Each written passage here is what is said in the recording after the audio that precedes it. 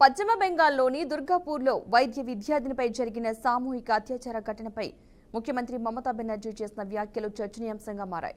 అమ్మాయిలు ముఖ్యంగా హాస్టళ్లలో ఉండే విద్యార్థులు రాత్రి వేళల్లో బయటకు వెళ్లకపోవడం మంచిదని ఆమె సూచించారు. అయితే ఇలాంటి కిరాతక ఘటనల పట్ల తమ ప్రభుత్వం ఎంతమాత్రం సహించబోదని, నిందితులపై కఠిన చర్యలు తీసుకోవాలని పోలీసులను ఆదేశించినట్లు ఆమె స్పష్టం చేశారు.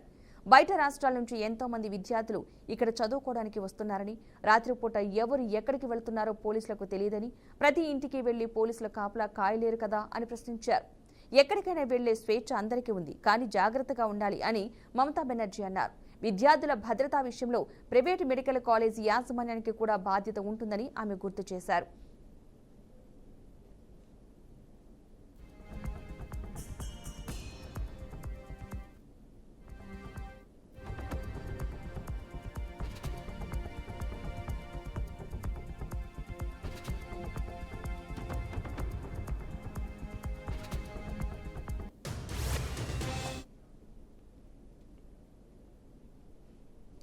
సంగారెడ్డి జిల్లా నారాయణఖేడ్ నియోజకవర్గ పరిధిలో విషాద ఘటన చోటు చేసుకుంది. పల్స్ పోలియో చుక్కలు వేసిన 20 నిమిషాలకే ఓ చిన్నారి మృతి చెందింది. ఆదివారం కడ్గి మండలం భీమరాలో ఈ ఘటన జరిగింది.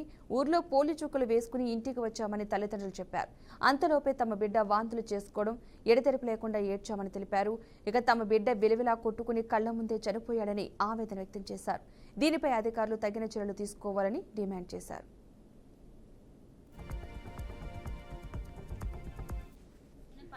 పడుకోవడంగానే వేసి 2 చుక్కలు వేసి పొల్ల చుక్కలు ఇంటికి తీసుకొచ్చినాక వాంతి చేసుకున్నాడు. వాంతి చేసుకొని ఏడ్చిండు. ఏడ్చిన తర్వాత నా పాలు తాగలేడు, డబ్బా పాలు తాగలేడు, అట్లనే పడుకుండు కదా అని చెప్పి నేను కొంచెం మా చిన్న పాప మా అత్తమ్మ వాళ్ళ ఇంటికాడ ఉంది, చిన్నత్తమ్మ వాళ్ళ ఇంటికాడ. పాపను తెద్దామని చెప్పి మళ్ళీ ఏడ్పు స్టార్ట్ చేసిండు.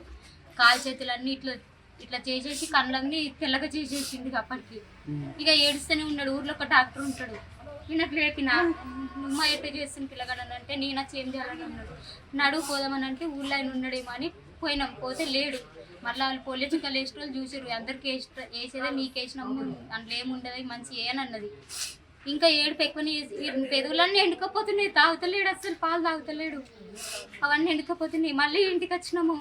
ఈయన వెనుక ముందు ఆలోచిస్తున్నాడు. ఇక ఏం చేయాలో మాకు ఏం అర్థం కాలేదు సార్. ఎక్కించి తీసుకెళ్ళినా సార్. తీసుకెళ్ళంగానే పడుకోవడంగానే వేసి 2 చుక్కలు వేసి పొల్ల చుక్కలు ఇంటికి. కరీంనగర్ జిల్లాలో ప్రియుడి ఇంటి ముందు ప్రియురాలు ఆత్మహత్యయత్నానికి పాల్పడింది. ప్రేమించి మోసం చేశాడంటూ ఆవేదనకు గురైన జగిత్యాలకు చెందిన రజిత పురుగుల మందు తాగింది. ఇందిరా మార్గులో నివాసముండే వినోద్ బాధిత యువతి 5 సంవత్సరాల నుంచి ప్రేమించి మోసం చేశాడని వాపోయింది. ఇటీవలే ఆ యువకుడికి పెళ్లి కుదరడంతో అధిక కట్నం వస్తుందని రజితను మోసం చేశాడని వాపోయింది. అది గమనించిన స్థానికులు పోలీసులకు సమాచారం ఇచ్చారు. బాధితురాలికి స్థానిక ఆసుపత్రికి తరలించడం జరిగింది. పూర్తి వివరాలు ఇంకా తెలియాల్సి ఉంది.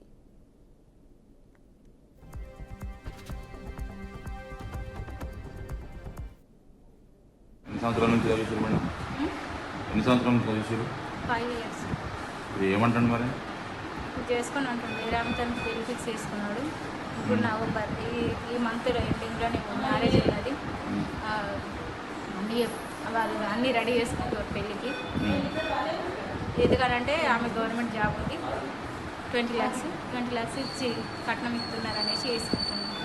ఎందుకు ఇట్లా అంటే ఇప్పుడు నాకు ఇష్టం లేదని చెప్తాను. కానీ వాళ్ళ నష్టపోయింది చాలా. Same equal sharpness. అల్లూరు జిల్లాలో విషాదం చోటు చేసుకుంది. మారేడుమిల్లి నుండి భద్రాచలం వెళ్లే మార్గంలో రాజమండ్రి భద్రాచలం నేషనల్ హైవేపై మారేడుమిల్లి చింతూరు మధ్య ఘాట్ రోడ్లోని దుర్గమ్మ గుడి సమీపంలో కాకినాడకు చెందిన టెంపో ట్రావెల్ ప్రమాదవశాత్తు లోయలో పడిపోయింది. ఈ ఘోర ప్రమాదంలో గాయపడిన క్షతగాతులను చింతూరు ఏరియా ఆసుపత్రికి తరలించారు. ఈ ఘటనకు సంబంధించి పూర్తి వివరాలు ఇంకా తెలియాల్సి ఉంది.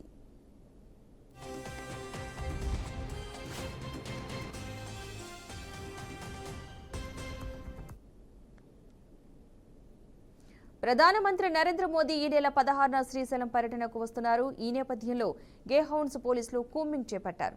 కొండలు గుట్టలు ఘాట్ రోడ్డు సమీపంలోని ప్రదేశాలను అణువణువు పరిశీలిస్తున్నారు. శ్రీశైలం సున్నిపెంట అడవులపై పోలీసులు నిఘా పెంచారు. హెలికాప్టర్ దిగే ప్రదేశం నుంచి అటవీ పరిసరాల్లో అంతా క్షుణ్ణంగా పరిశీలిస్తున్నారు. మోదీ పర్యటనకు ఎలాంటి అవాంఛనీయ సంఘటనలు చోటు చేసుకోకుండా ప్రభుత్వం పోలీసులను అలర్ట్ చేసింది.